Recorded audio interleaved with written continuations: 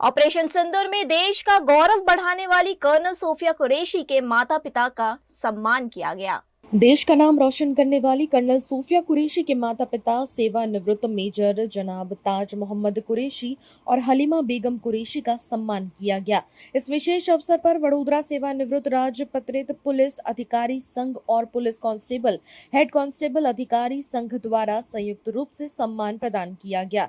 इस सम्मान समारोह के दौरान पुलिस विभाग के कर्मचारी और अधिकारीगण उपस्थित रहे और उन्होंने गर्व की भावना व्यक्त करते हुए कहा कि ऐसे परिवार हमारे समाज और देश के लिए प्रेरणा है।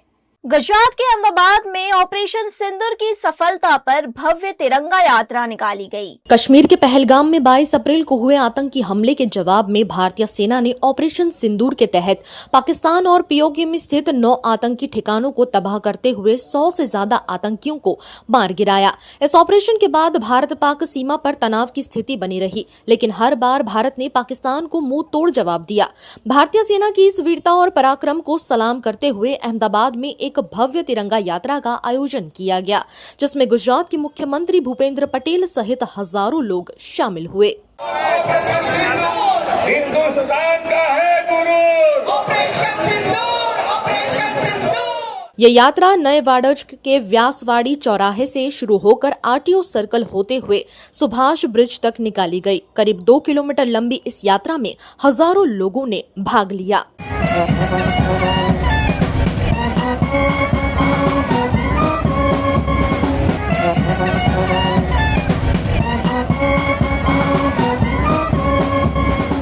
हरिद्वार में पुलिस और बदमाशों के बीच मुठभेड़ की खबर सामने आई है।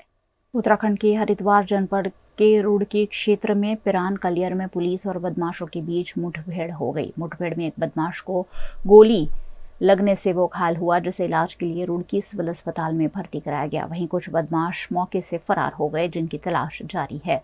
घायल बदमाश की पहचान 35 वर्षीय नौशाद के रूप में हुई है। घायल बदमाश को इलाज के लिए तुरंत सिविल अस्पताल रुड़की भेजा गया, जहां पुलिस अधिकारी पहुंचकर उससे पूछताछ कर रहे हैं।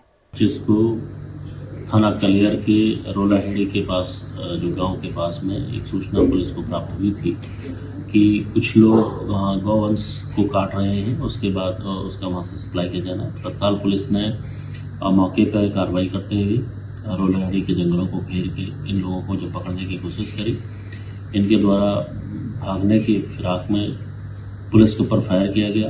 पुलिस ने तत्काल इनको न्यूट्रलाइज किया गया। इस पूरे ऑपरेशन में एक व्यक्ति, एक जो अभियुक्त है नौशाद, उसको पकड़ा जा सका है। हालांकि उसके पैर में गोली लगी थी। तत्काल पुलिस के द्वारा उसे हॉस्पिटल ले जाया गया, जहां पर उसका इलाज चल रहा है। बाकी 2 अन्य व्यक्ति जो भी फरार चल रहे हैं, उनके जितने भी वेयरअबाउट्स हैं उस पर पुलिस लगातार तवज्जो दे रही है और मुझे उम्मीद है कि जल्दी हम उन लोगों की भी अरेस्टिंग कर लेंगे। इस पूरे घटनाक्रम में 3 गौवंश जो है उनको उनके पुलिस ने प्राप्त किए हैं। भारत देश के दूसरे दलित सीजीआई के रूप में जस्टिस बीआर गवई ने शपथ ली है। जस्टिस भूषण रामकृष्ण गवई ने आज भारत के 52वें चीफ जस्टिस के रूप में शपथ ली। राष्ट्रपति द्रौपदी मुर्मू ने जस्टिस गवई को सीजीआई पद की शपथ दिलवाई। मौजूदा सीजीआई संजीव खन्ना का कार्यकाल 13 मई को खत्म हो चुका है। सीजीआई खन्ना के बाद वरिष्ठता सूची में जस्टिस गवई का नाम था, इसलिए जस्टिस खन्ना ने उनका नाम आगे बढ़ाया। हालांकि उनका कार्यकाल सिर्फ 7 महीने का है। सीजीआई गवई देश के दूसरे दलित और पहले बौद्ध चीफ जस्टिस बने हैं। मैं भूषण रामकृष्ण गवई, जो भारत के उच्चतम न्यायालय का मुख्य न्यायमूर्ति नियुक्त हुआ हूँ, जो भारत के उच्चतम न्यायालय का मुख्य न्यायमूर्ति नियुक्त हुआ हूँ, सत्यनिष्ठा से प्रतिज्ञा करता हूँ सत्यनिष्ठा से प्रतिज्ञा करता हूँ कि मैं विधि द्वारा स्थापित भारत के संविधान के प्रति विधि द्वारा स्थापित भारत के संविधान के प्रति सच्ची श्रद्धा और निष्ठा रखूंगा। सच्ची श्रद्धा और निष्ठा रखूंगा। सुप्रीम कोर्ट की वेबसाइट पर दिए गए उनके प्रोफाइल के मुताबिक जस्टिस गवई 24 मई 2019 को सुप्रीम कोर्ट के जज के रूप में प्रमोट हुए थे। उनके रिटायरमेंट की तारीख 23 नवंबर 2025 है। जस्टिस गवई का जन्म 24 नवंबर 1960 को महाराष्ट्र के अमरावती में हुआ था। उन्होंने 1985 में अपना कानूनी करियर शुरू किया। 1987 में बॉम्बे हाईकोर्ट में स्वतंत्र प्रैक्टिस करते हुए उन्होंने अपने करियर को आगे बढ़ाया। इससे पहले उन्होंने पूर्व एडवोकेट जनरल और हाईकोर्ट जज स्वर्गीय राजा एस भोसले के साथ भी काम किया। गुजरात के वडोदरा की एक फैक्ट्री में बाल मजदूरी करवाए जाने की खबर सामने आई है। वडोदरा शहर के न्यू वीआईपी रोड पर नागबा नगर 2 इलाके में स्थित ज्योति बॉटलिंग नामक सॉफ्ट ड्रिंक फैक्ट्री में बाल मजदूरी की जानकारी मिलते ही एंटी ह्यूमन ट्रैफिकिंग यूनिट ने ताबड़तोड़ कार्रवाई की। इस छापेमारी में फैक्ट्री से कुल 10 बच्चों को मुक्त करवाया गया, जिनसे जबरदस्ती काम करवाया जा रहा था। जांच में सामने आया कि इन बच्चों का आर्थिक और मानसिक शोषण हो रहा था। फैक्ट्री के मालिक प्रकाश ठाकुर केशवानी के खिलाफ हरनी पुलिस स्टेशन में शिकायत दर्ज की गई। उनके खिलाफ जुवेनाइल जस्टिस एक्ट 2015 की धारा 79 और चाइल्ड लेबर एक्ट 1986 की धारा 14 के तहत मामला दर्ज कर लिया गया है और कानूनी कार्रवाई जारी है।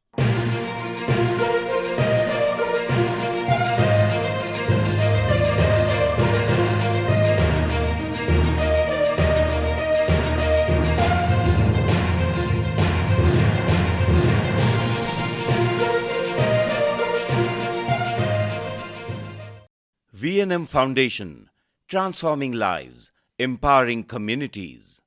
Inspired by the late Shri A.D. Vyasa's life journey, the V&M Foundation was established in 2018, dedicating and making a positive and enduring impact on lives of individual and community. V&M Foundation is working on issues that can improve the society today and tomorrow. Health and education, environmental wellness, inclusion, women empowerment, sports, art and culture. Collaborate with us. Sponsor a project through an annual CSR fund. Support activities and events for community welfare. Elevate your brand through annual association with V&M Foundation. Volunteer your time and skill. Donate now and claim an ATG tax exemption. V&M Foundation is registered under Section 80G of the Income Tax Act. V&M Foundation, transforming lives, empowering communities. For more details, contact 918734872606 or 919879572606. Hotel तारासंस महाराजा सयाजीराव की नगरी में आधुनिकता को संजोती एक ऐसी भव्य hotel जो आपको कराती है कभी ना भुला पाने वाला एहसास। तारास किचन के डाइनिंग में आपको मिलता है अलग अलग क्यूजिन्स का delicious pure veg taste. Taras country cafe में फ्रेंड्स और फैमिली के साथ बिताए पल आपको करते हैं तरोताजा। तारास बेकरी बाइट्स की हर एक बाइट आपके टेस्ट बड को करती है सेटिस्फाइड। तारासंस में वैकेशन मनाना हो या स्टेकेशन, आधुनिक लाइफस्टाइल को फुलफिल करता है एक बेहतरीन अनुभव। छोटी बड़ी पार्टी हो या सगाई शादी जैसे बड़े मौके, बिजनेस मीटिंग हो या करनी है कोई इवेंट, तारासंस के अलग अलग कैपेसिटी के बैंक्वेट आपके खास मौके को बनाते हैं बेहद शानदार। Hotel Tarasons behind Yash complex, Geri road, near Sundaram Nagar, Gotri road, Vadodara. Is this the new RUV? Yes, it's the BG RUV 350. First time in India. With 16-inch alloy wheels, a hyperdrive motor for tough roads, and all-metal sturdy body, BG Electric presents India's first RUV. Himanshu Sales Corporation, your trusted destination for top quality consumer electronics since 1994. TV showroom से शुरुआत करने के बाद अब गुजरात के अलग अलग शहरों में हिमांशु सेल्स के electronic super stores, TV, washing machine, fridge, water purifier, vacuum cleaner, water cooler, mixer, OTG और वाटर हीटर, डिफरेंट और अपडेटेड टेक्नोलॉजी के इलेक्ट्रॉनिक अप्लायंसेस हिमांशु सेल्स में अवेलेबल। इस दिवाली अपने घर को नए इलेक्ट्रॉनिक अप्लायंसेस से सजाने विजिट करें Himanshu sales corporation, Himanshu sales corporation, G2, silver plaza, old Padra road, Vadodara, Gujarat.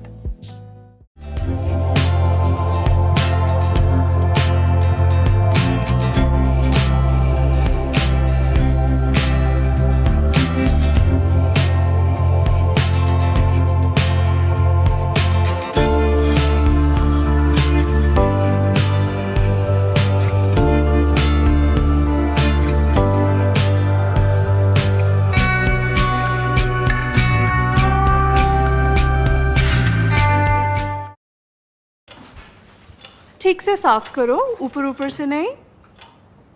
BLDC मतलब बोरिंग लुकिंग, इसको साफ करके क्या फायदा?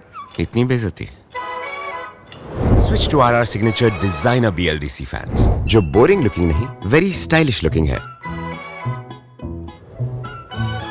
RR Signature fans, आपके काम की बात। Every new year we take a new year resolution. New year resolution का मतलब होता है upgrading your life, which means upgrading your lifestyle and upgrading your living space. And that is why the best choice is Trilogy by Courtyard.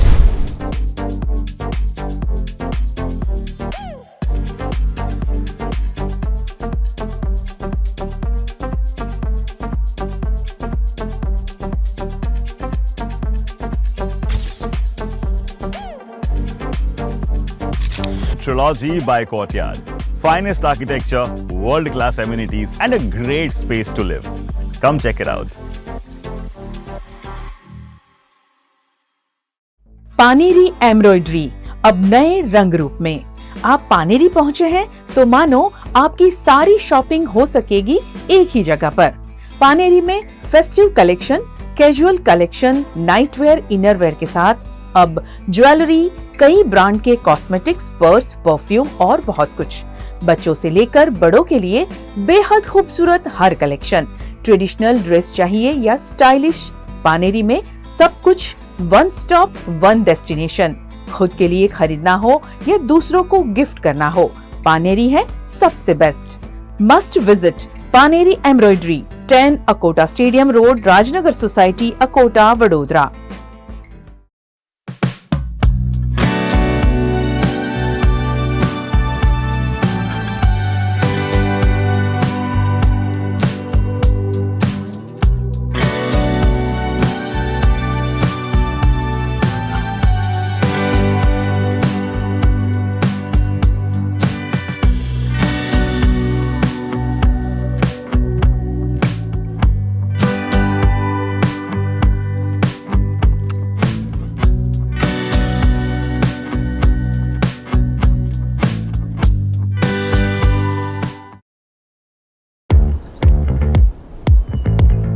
Indians have so many vehicle choices.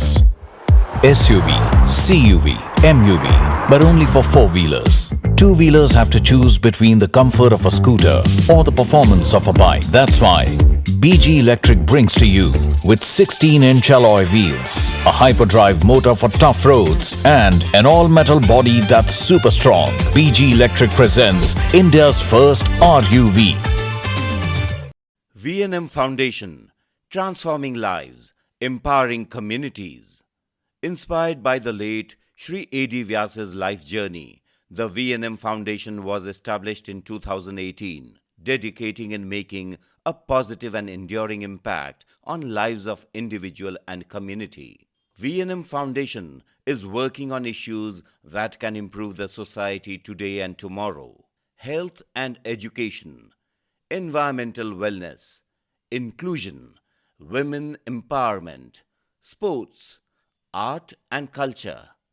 Collaborate with us. Sponsor a project through an annual CSR fund. Support activities and events for community welfare. Elevate your brand through annual association with V&M Foundation. Volunteer your time and skill. Donate now and claim an ATG tax exemption. V&M Foundation is registered under Section 80G of the Income Tax Act. V&M Foundation, transforming lives, empowering communities. For more details, contact 918734872606 or 919879572606। Gujarat के वडोदरा में अभी भी tanker से पानी की आपूर्ति होती है और इस समस्या को सुलझाने के लिए वडोदरा के म्युनिसिपल कमिश्नर एक्शन में दिखे। वडोदरा शहर स्मार्ट सिटी होने के बावजूद यहाँ गर्मियों की शुरुआत के साथ ही पानी की किल्लत सामने आ जाती है। वडोदरा महानगर पालिका द्वारा करीबन 400 टैंकर से अलग अलग इलाकों में जल आपूर्ति की जाती है। इस परेशानी को सुलझाने के लिए वडोदरा के म्युनिसिपल कमिश्नर अरुण महेश बाबू पूर्व इलाके में विजिट पर निकले। ये वही इलाका है जो बरसात में डूब जाता है और गर्मी में यहाँ लोगों को पानी नहीं मिलता।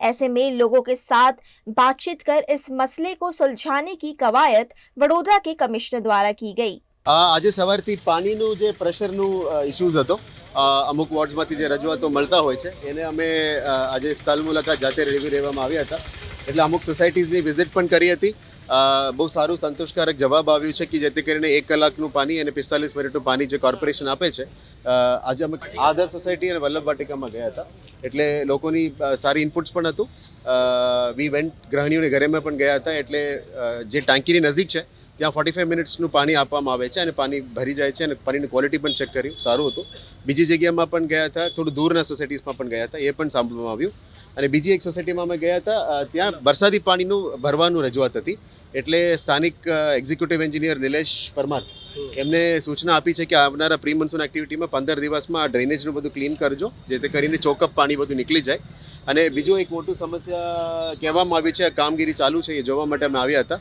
એક રૂપારેલ ખાસ અને મહાનગર નાળાનું રજૂઆતો આવતી હતી એટલે આ રજૂઆતને ધ્યાને લઈને કામગીરી કેવી રીતે થાય છે એને મોન્સૂન્સ પહેલાં પૂરું કરવાનું ખાતરી આપી છે પણ એને આવનારા 15-20 દિવસમાં પૂરું કરે જેથી કરીને પાણીનું ઇશ્યુઝ નિકાલ થાય એના માટે અમે જોઈ રહ્યા છે અને અહીંથી અમે we are going to Sama canal road જ્યાં વરસાદી પાણીનું જે બ્રિજેસમાં ચોકઅપ પોઈન્ટ છે એ પણ જોઈશું અને અમુક એસટીપીઝનું ક્વોલિટી પાણી કેવું છે અને આવનારા દિવસોમાં જે એસટીપીઝ અપગ્રેડેશન કરવાનું છે એ કેવી રીતે થશે એ બાબતમાં જોવા માટે અમે પ્લાનિંગ કરવા માટે જઈ રહ્યા છીએ see once you start go to the પબ્લિકનું પ્રતિક્રિયા ફીડબેક મળે તો જ કંઈ ખામી હોય અમે સ્વીકારવું પડે અને ખામીને કેવી રીતે સુધારવું એના ઉપર એક્શન કરી શકે I believe in field work એટલે ફિલ્ડમાં જઈને અમે આવનારા દિવસોમાં 1 ડે 1 વોર્ડ તરીકે દરેક વોર્ડ વિઝિટ કરીશું ત્યાંના સ્થાનિક ઇશ્યુઝને પણ સાંભળીશું મહાનગરપાલિકાના ટીમ સાથે જશે અને પદાધિકારીઓના ઇનપુટ્સ પણ લઈશું સ્થાનિક કાઉન્સિલર્સ વોર્ડ કોર્પોરેટર્સ સ્થાનિક ધારાસભ્યશ્રી એમપીશ્રી અને બીજા પણ પબ્લિક રિપ્રેઝેન્ટેટિવ્સ અને સોસાયટીઝના લોકોને પણ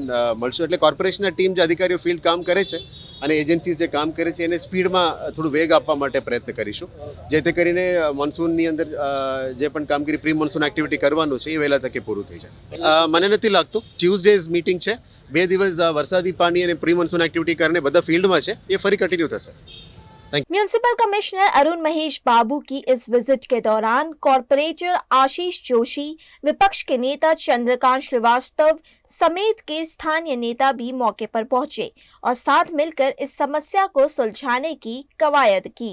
रोज सवारे मारा वॉर्ड विस्तारने सौथी मोटी पानी सप्लाय करती जे टाँकी है एमां नालंदा टाँकी और बापोर टाँकीનું सम्प लेवल चेक करीने घट देखाय એટલે હું કમિશનરશ્રીને પણ એક ઘટનો મેસેજ કરું છું અને આજની તારીખમાં બંને ટાંકી પર 3-3 ફૂટની સંપ લેવલની ઘટ છે એ ઘટનો આજે મેસેજ સવારનો મેં એમને ફોરવર્ડ કર્યો અને એમને મેં રિક્વેસ્ટ કરી કે વિસ્તારમાં આવો એટલે એમણે જાતે વિઝિટ કરવાનું નક્કી કર્યું અને જ્યાં જ્યાં નાગરિકોને પાણીની સમસ્યા છે પાણી ભરાવાની સમસ્યા છે એ પણ અમે આજે બતાવી છે અને સૌથી મોટું અગત્યનું જે વિષય છે કે આ તમામ પાણી છેવટે ફરી ફરીને રૂપારેલ કાંસ થકી મહાનગરના નાળા પર જાય છે જો મહાનગરનું નાળું આ વર્ષે પણ જો ક્લિયર નહીં થયું તો મારું એવું માનવું છે કે આ બધા નાની નાની કેચપીટો સાફ કરવાથી પણ આ વિસ્તારના નાગરિકોની પાણી ભરાવાની સમસ્યા દૂર નહીં થાય એટલે અગત્યની વાત એ જ છે કે ગાજરાવાડી પમ્પિંગ સ્ટેશનમાંથી છોડાતું 60 mld ડ્રેનેજનું પાણી અને મહાનગરનું નાળું જે 30 વર્ષથી સાફ સફાઈ નથી થઈ આ બંને મહત્ત્વના મુદ્દા છે જો કોર્પોરેશન તંત્ર એના પર ध्यान આપશે તો જ આ નાગરિકોની સમસ્યા दूर થશે। देखो अभी तो कमिश्नर नए नए हैं विजिट लेना यानी मॉनिटरिंग करना कोई काम हो रहा है नहीं हो रहा है अच्छी तरह से हो रहा है कि जो काम कर रहे हैं वो सही मायने में काम हो रहा है कि नहीं और जिसके परिणाम क्या आएंगे, इस तरह का एक विजिट लेना, ये मेरी दृष्टि से अच्छे में अच्छा काम है, क्योंकि मॉनिटरिंग नहीं होता, इसीलिए काम खराब होते हैं। तो पहली वक्त मैं देख रहा हूँ कि कमिश्नर इस तरह की विजिट ले रहे हैं और अधिकारियों को साथ में लेके किस दिशा में काम चल रहा है वो चल रहे हैं। उनके 2-4 निर्णय में जो जिस तरह से पढ़ रहा हूँ, वो शायद बड़ौदा शहर के हित के लिए निर्णय है, लेकिन जब तक उसका परिणाम नहीं आवे, जब तक उसका फलस्वरूप ना आवे, तब तक किसी बात को कहना वो बहुत अतिशयोक्ति होगी, जल्दी होगा। काम करने दो, उसके परिणाम आन दो, फिर कैसा काम करा कैसा नहीं उसकी क्रिटिसाइज बाद में होगी। पर दुख इस बात का है कि रिस्ट्रिक्शन जोन के अंदर जोन चेंज करके जो जगह के ऊपर एंक्रोचमेंट किया है, वो जगह के ऊपर अभी तक कुछ हिला नहीं है। अभी कल मैं टीवी में देख रहा था, एक भाई बोल रहे थे कि एक झुपड़पट्टी तोड़ देंगे तो पानी का निकाल हो जाएगा। तो गरीबों की झुपड़पट्टी तो दिखाई देती है, लेकिन अमीरों के बड़े बड़े ताजमहल नहीं दिखाई देते तुमको, जिसकी वजह से बड़ौदा शहर डूब गया। तो गरीबों की झुपड़पट्टी अगर पानी को रोकती है तो कोई बात नहीं है, लेकिन अमीरों के भी जो जिन लोगों ने एंक्रोचमेंट करा है, भले सरकार के रिस्ट्रिक्शन जोन में चेंज करा के बनाया है, वो जोन कभी चेंज नहीं हो सकता है। वो रिस्ट्रिक्शन जोन है, जिसको बोलते हैं कि ये हमेशा के लिए रिस्ट्रिक्ट कर दिया है, क्योंकि नदी के अंदर पूर ना आवे, बाढ़ ना आवे, इसके लिए। और अब जब दूसरी जगह तो खोद रहे हो तुम, और वो जगह छोड़ के रखी है, यानी तमाम बाबतें हैं, लेकिन जब तक परिणाम नहीं आवे तब तक मैं बोलूँगा नहीं। गुजरात के भरूच के नर्मदा जिले में अवैध रेत खनन को लेकर अब ग्रामीणों का गुस्सा फूट पड़ा है। नर्मदा जिले के सिसोदर गांव में अवैध रेत खनन का मुद्दा अब तुल पकड़ता जा रहा है। गांव के लोगों ने आरोप लगाया है कि खनन विभाग के अधिकारी भूमाफियों के साथ मिलकर रेत की लूट में शामिल है। ग्रामीणों का कहना है कि उन्होंने कुछ दिन पहले ही खुद जनता रेड कर आधी रात को अवैध रेत खनन पकड़ा था। मौके पर अधिकारियों को बुलाया गया, लेकिन कोई भी ठोस कार्रवाई नहीं की गई। અમારા ત્યાં ગેરકાયદેસર રેતીનું ખનન થાય છે રાતે ને દિવસે, ને કોઈ અધિકારી આવતા નહીં, ને આવે છે તો ખાણ ખનીજ વાળા આવીને જતા રહે છે, કઈ માપણી થતી નહીં। હવે ગામમાં રાતે ને દિવસે હોળી પણ ચાલે છે જે ગેરકાયદેસર છે, એટલે અમારે એના લીધે આખું ગામ ખોલી નાખ્યું છે, જેમ ત્યાં પરમિશન વગર ખોલે છે। અમે રજૂઆત કરે છે, આવીએ છે ને પછી આવતા નહીં। ગઈ સાલ પાણી આવ્યું તો અમારા ગામના ગરીબ લોકોને કેટલું નુકસાન થયું ને કેટલી સહાય આપવી પડે, ને તેમ છતાં બી અમારો કેટલો માલ સામાન ખલાસ થઈ ગયો।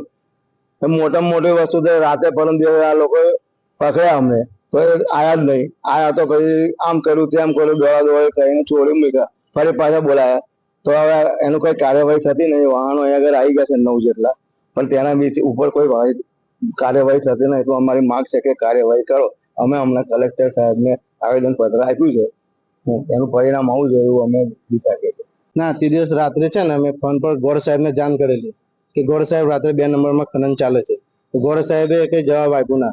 તમે 2-3 વખત કોલ કર્યો, એમને લોકેશન બધું બતાવ્યું અમે કે સાહેબ આવી રીતે ચાલે છે। પછી આ 3 ગાડીઓ ભરેલી હતી ને 4થી ગાડી ભરવાની હતી, ને સાહેબ પિયુષ સાહેબ આવ્યા, ને પછી પિયુષ સાહેબ જાતે આવ્યા, આવીને જોયું બધું, ને ગાડીઓ ખાલી કરીને લીગલીમાં મોકલી દીધી, ને એની પાછળ જીજે 34માં થાર ગઈ, લીજ વાળાને કે કોની બી હોય, પછી જે ખાન ખનીજની ગાડી ને લીજ વાળાની ગાડી આગળ જઈને જે કર્યું તે પૈસાથી સમજ જે કર્યું એ લોકોએ, પછી પાછા ભરવા આવ્યા લોકો સાહેબ ગયા પછી અમે જનતા રેડ કરી પોતે। હમણાં બીજું કશું માંગ નથી। નર્મદા જિલ્લામાં છે ને 2 નંબર બહુ જ ચાલે છે, અને નર્મદા જિલ્લામાં નાવડીની પરમિશન છે નથી, તો છતાં બી નાવડીથી નદીમાંથી રેતી ઉલટવામાં આવે છે। તે દર રાત્રે છે ને અમે 4 ગાડી પકડેલી રેતીની, 3 લોડર પકડેલા, 2 ટ્રેક્ટર પકડેલા, એ બધા જમા કરાયેલા છે, પણ હજુ કોઈ કાર્યવાહી થઈ નથી। हिटाची मशीन ने नावड़ी भी नदी में पड़ी ली थी, एने पर भी कोई कार्यवाही थई नहीं। गुजरात के वडोदरा में माली समाज की समस्याओं का कोई हल नहीं निकल पा रहा है, जिसके चलते अब समाज के लोगों ने प्रशासन के खिलाफ आक्रोश व्यक्त किया। वडोदरा में काशी विश्वनाथ तालाब के पास बसे माली समाज के परिवारों की समस्याएं थमने का नाम नहीं ले रही है। बीते कई दशकों से यहाँ रह रहे इन लोगों का कहना है कि जमीन को लेकर बड़े बड़े केस और शिकायतें लंबे समय से चल रही है। परिवारों का आरोप है कि उन्होंने सभी सरकारी दफ्तरों में लिखित में निवेदन दिया है, लेकिन आज तक कोई ठोस जवाब नहीं मिला है। फिलहाल समाज के एक व्यक्ति को गंभीर चोटें आई है और उन्हें अस्पताल में भर्ती कराया गया है। डॉक्टरों ने ऑपरेशन की सलाह दी है। इस घटना को लेकर एफआईआर दर्ज कराने के लिए निवेदन किया गया है, लेकिन अब तक कोई कार्यवाही नहीं हुई है। हम कितने समय से कंप्लेन कर रहे हैं, रजुआतें कर रहे हैं कि हमारे ऊपर जान का जोखिम है। कल हमारे वहाँ एक बहुत बड़ी दुर्घटना घट चुकी है। वहाँ एक भाई का फ्रैक्चर हो गया। अभी दोपहर के बाद उसका ऑपरेशन है, उसका लंबा खर्चा भी बताया है। हमने वारंवार रजुआतें की है कि हमारा रोड रास्ता बना दो, पर ये लोग भारतीय जनता पार्टी के जो कहने में आए, अपने नगर सेवक थे पहले और जो प्रमुख कहने के में आए मेयर जिगीसाबेन सेठ, उनके लागते वड़कते का वहाँ पे प्रोजेक्ट चल रहा है।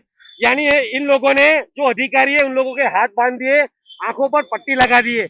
हम 3-3 महीने से रजुआत कर रहे हैं, हमारी रजुआत सुनने में नहीं आ रही है और अभी यहाँ पे पुलिस खड़के दी जा रही है, क्योंकि अभी हमारे को चोरों के पास भेजा जा रहा है, क्योंकि वो चोरों ने हमारे को कई बार आश्वासन दिए और चोरों के द्वारा जो कहवा में आए वो क्लब हाउस बना हुआ है, जो कांच के ऊपर जो मकान बनाया हुआ है बहुत सारा, और वो सभी तरह के दबान है, वो दबाने की कोशिश कर रहे हैं।